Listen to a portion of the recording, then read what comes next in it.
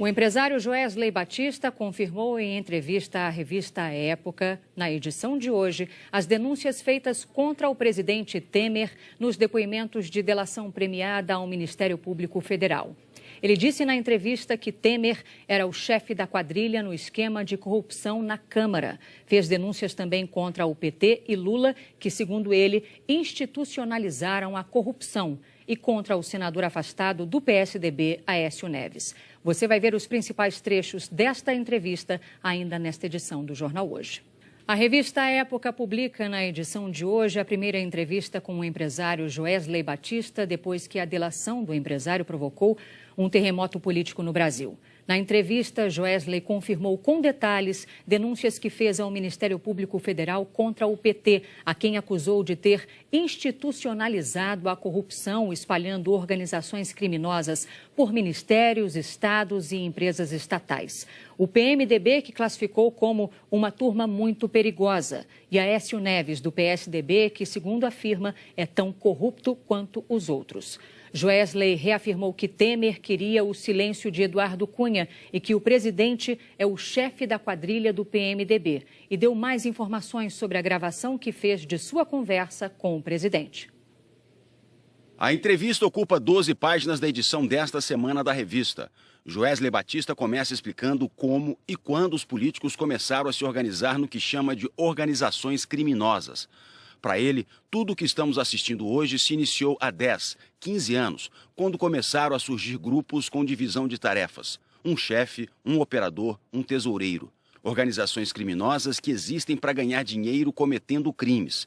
Em cada estado, não todos, nas estatais, nos fundos de pensão das estatais e nos ministérios de Brasília.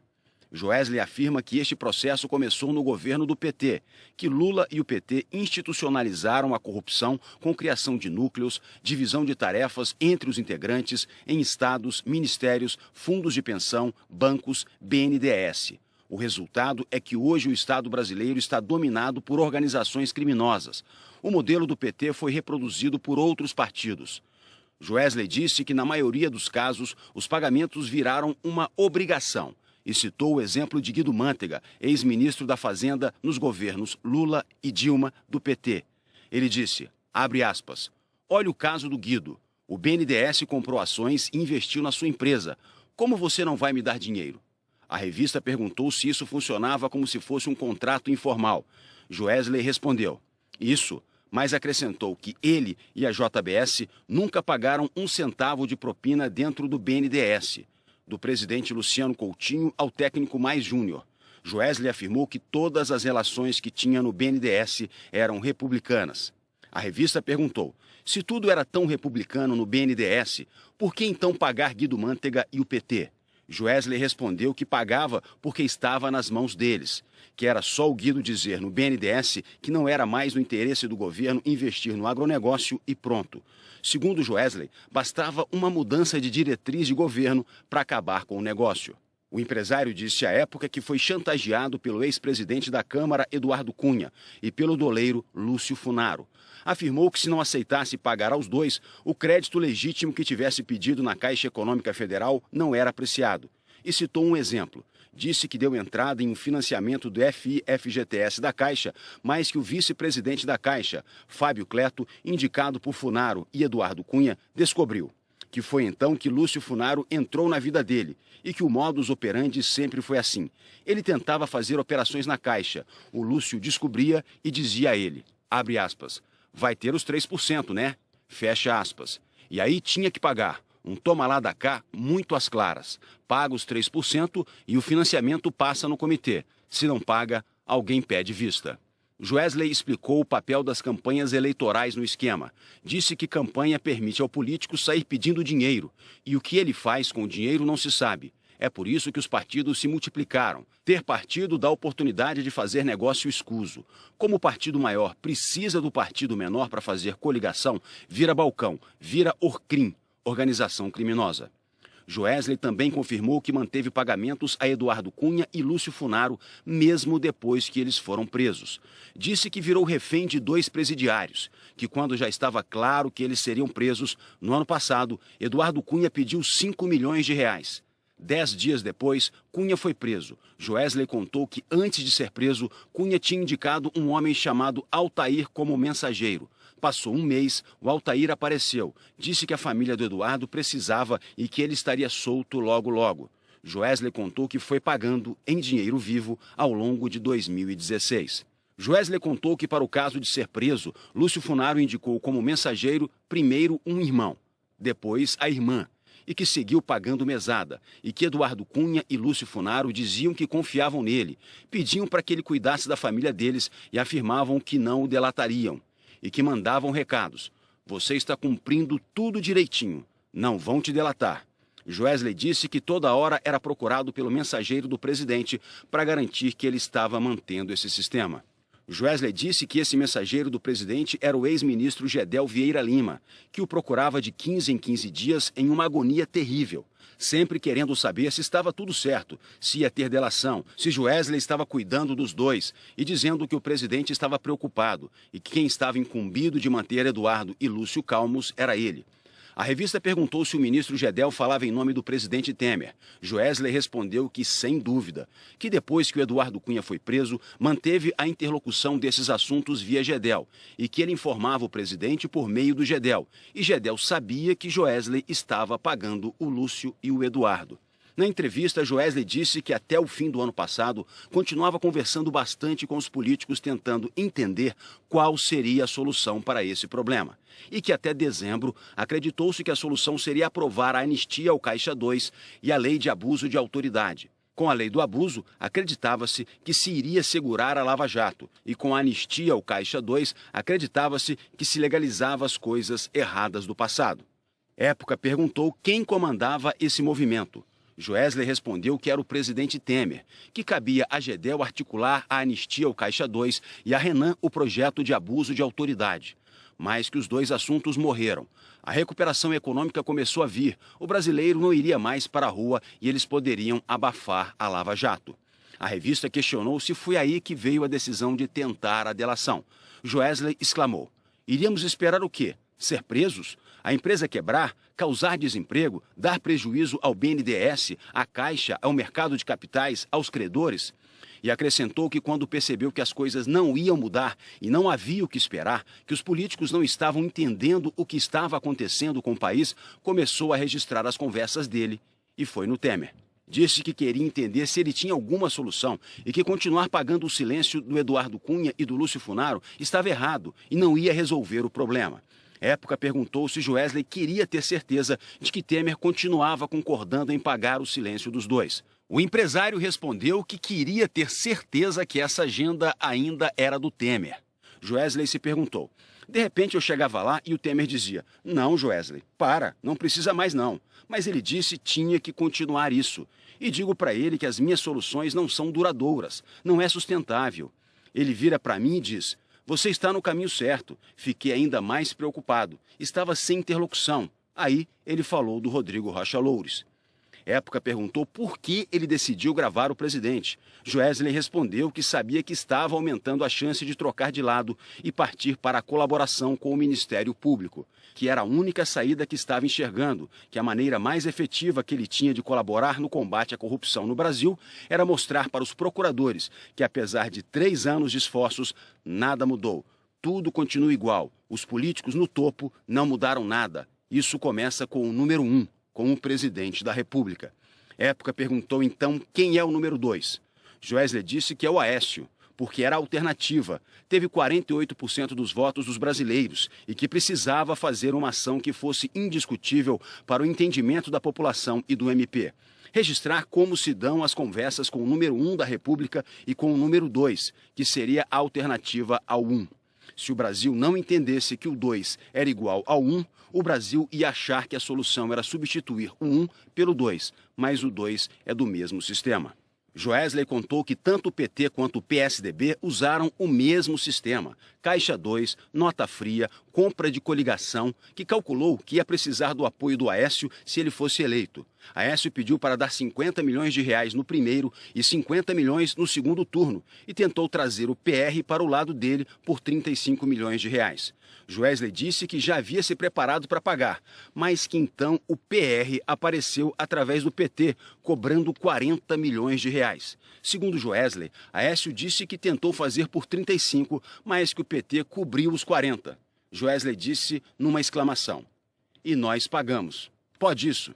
Perguntado se o áudio gravado no Palácio do Jaburu entre ele e o presidente Temer foi adulterado, Joesley respondeu enfático que de modo algum. Zero. Podem fazer todas as perícias do mundo. Tentam desqualificar o áudio por desespero. Gravar uma pessoa não é algo trivial. É duro, doído, forte. Mas que a única coisa que o conforta nessa história de ter gravado é que registrou o que eles falaram. Não botou uma palavra na boca de ninguém. Joesley se perguntou: se mesmo com toda a robustez das provas nós já estamos sendo perseguidos, imagine se fosse só o meu testemunho, se isso fica só da minha boca. Perguntado por que não gravou Lula, se não seria importante para o país, Joesley respondeu que nunca teve conversa não republicana com Lula, que esteve com ele 2 vezes, em 2006 e 2013, que o contato era o Guido Mantega, que sempre resolvia, então, para que ter outro?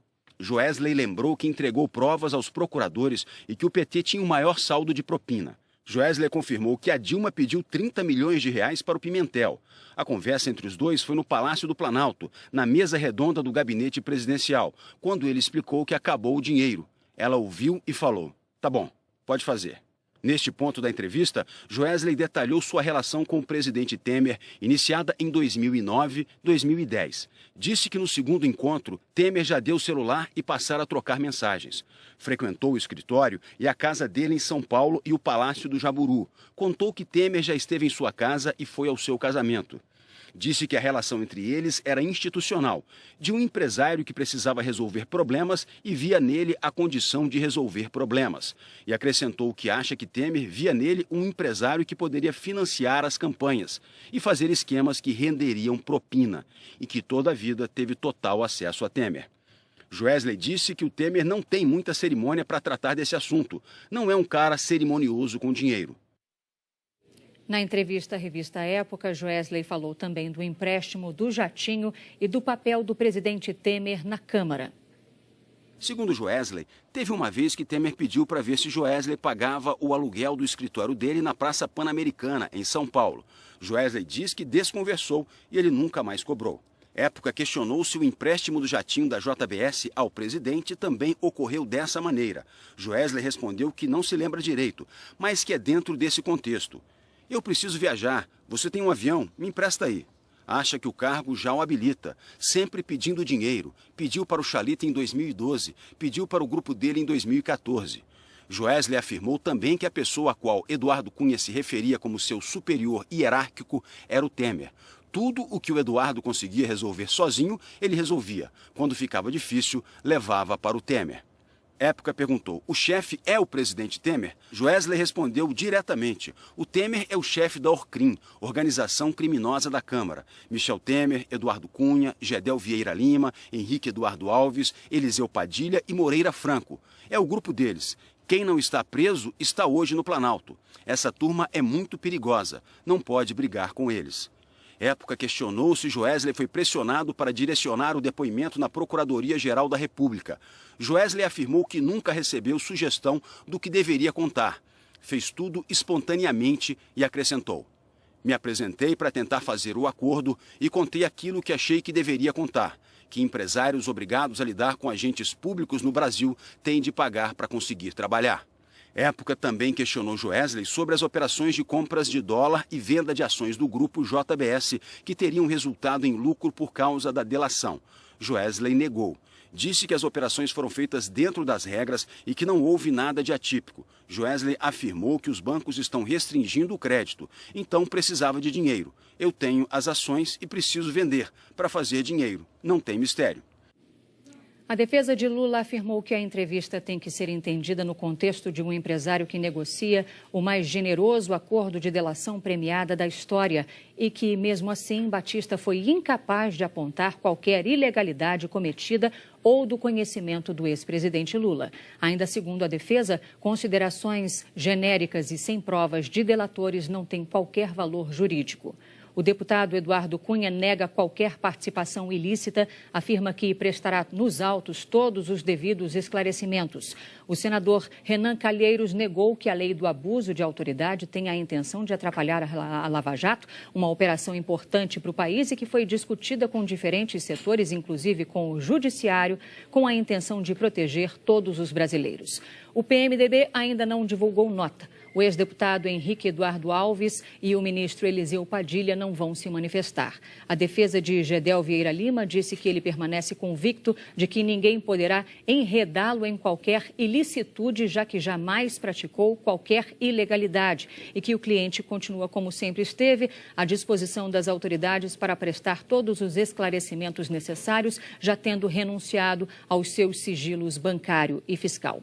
O PSDB e o senador afastado, Aécio Neves, disseram que, conforme dito pelos próprios delatores, a JBS doou cerca de 60 milhões para as campanhas do partido em 2014, parte para a campanha presidencial e parte para as estaduais, conforme registrado no TSE. E, segundo eles, jamais houve contrapartida para essas doações, o que torna absurdo caracterizá-las como propina. A defesa de Lúcio Funaro disse que, desde o primeiro depoimento prestado à Polícia Federal, ele vem respondendo tudo o que lhe é indagado de modo preciso e de acordo com a verdade, que ele não vai comentar a entrevista e que tudo será respondido nos autos dos processos ou dos inquéritos que estão tramitando. Gabriel Chalita declarou que não pediu nada para a campanha ao Joesley e que toda a arrecadação foi feita pelo PMDB Nacional, que fez a prestação de contas aprovada pela Justiça Eleitoral. Nós ainda não recebemos resposta das defesas de Guido Mantega e Moreira Franco. O PT também não se manifestou ainda e não conseguimos contato com as defesas de Dilma Rousseff, Rodrigo Rocha Loures, Wagner Rossi e Fábio Cleto. O Palácio do Planalto acabou de divulgar uma nota sobre a entrevista de Joesley Batista. Nós vamos ao vivo a Brasília com a repórter Gioconda Brasil. Boa tarde, Gioconda.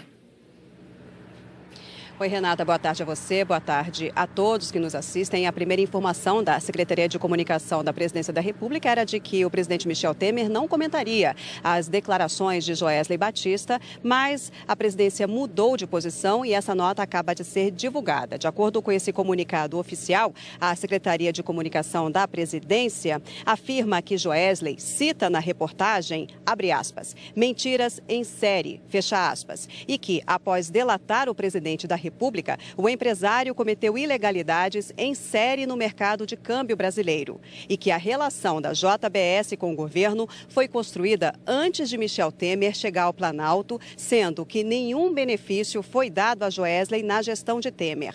A nota prossegue afirmando que Joesley Batista é, abre aspas, o bandido notório de maior sucesso na história brasileira, fecha aspas, porque enriqueceu com práticas pelas quais não responderá e mantém hoje seu patrimônio com o aval da Justiça. Conforme a presidência, Michel Temer tomará, abre aspas, todas as medidas cabíveis, fecha aspas, contra Joesley e apresentará contra ele ações civil e penal. Ainda de acordo com a presidência, as mentiras de Joesley serão comprovadas e será buscada a reparação financeira pelos danos causados à presidência e ao Brasil.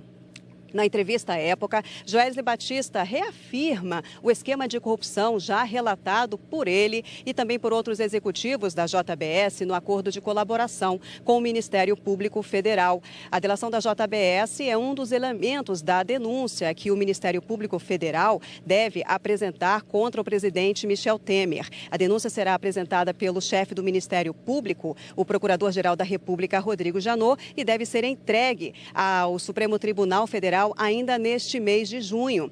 Por causa dessa denúncia, Michel Temer chegou a cogitar a possibilidade de cancelar a viagem internacional que estava programada. Mas o presidente decidiu manter essa agenda de viagens. Na segunda-feira, embarca para a Rússia e para a Noruega, passa toda a semana fora do país e só retorna ao Brasil no próximo sábado. O presidente da República passou a manhã aqui na residência oficial, no Palácio do Jaburu. Diferentemente do que vem ocorrendo nos últimos dias, até o momento não recebeu visita de políticos. Renata.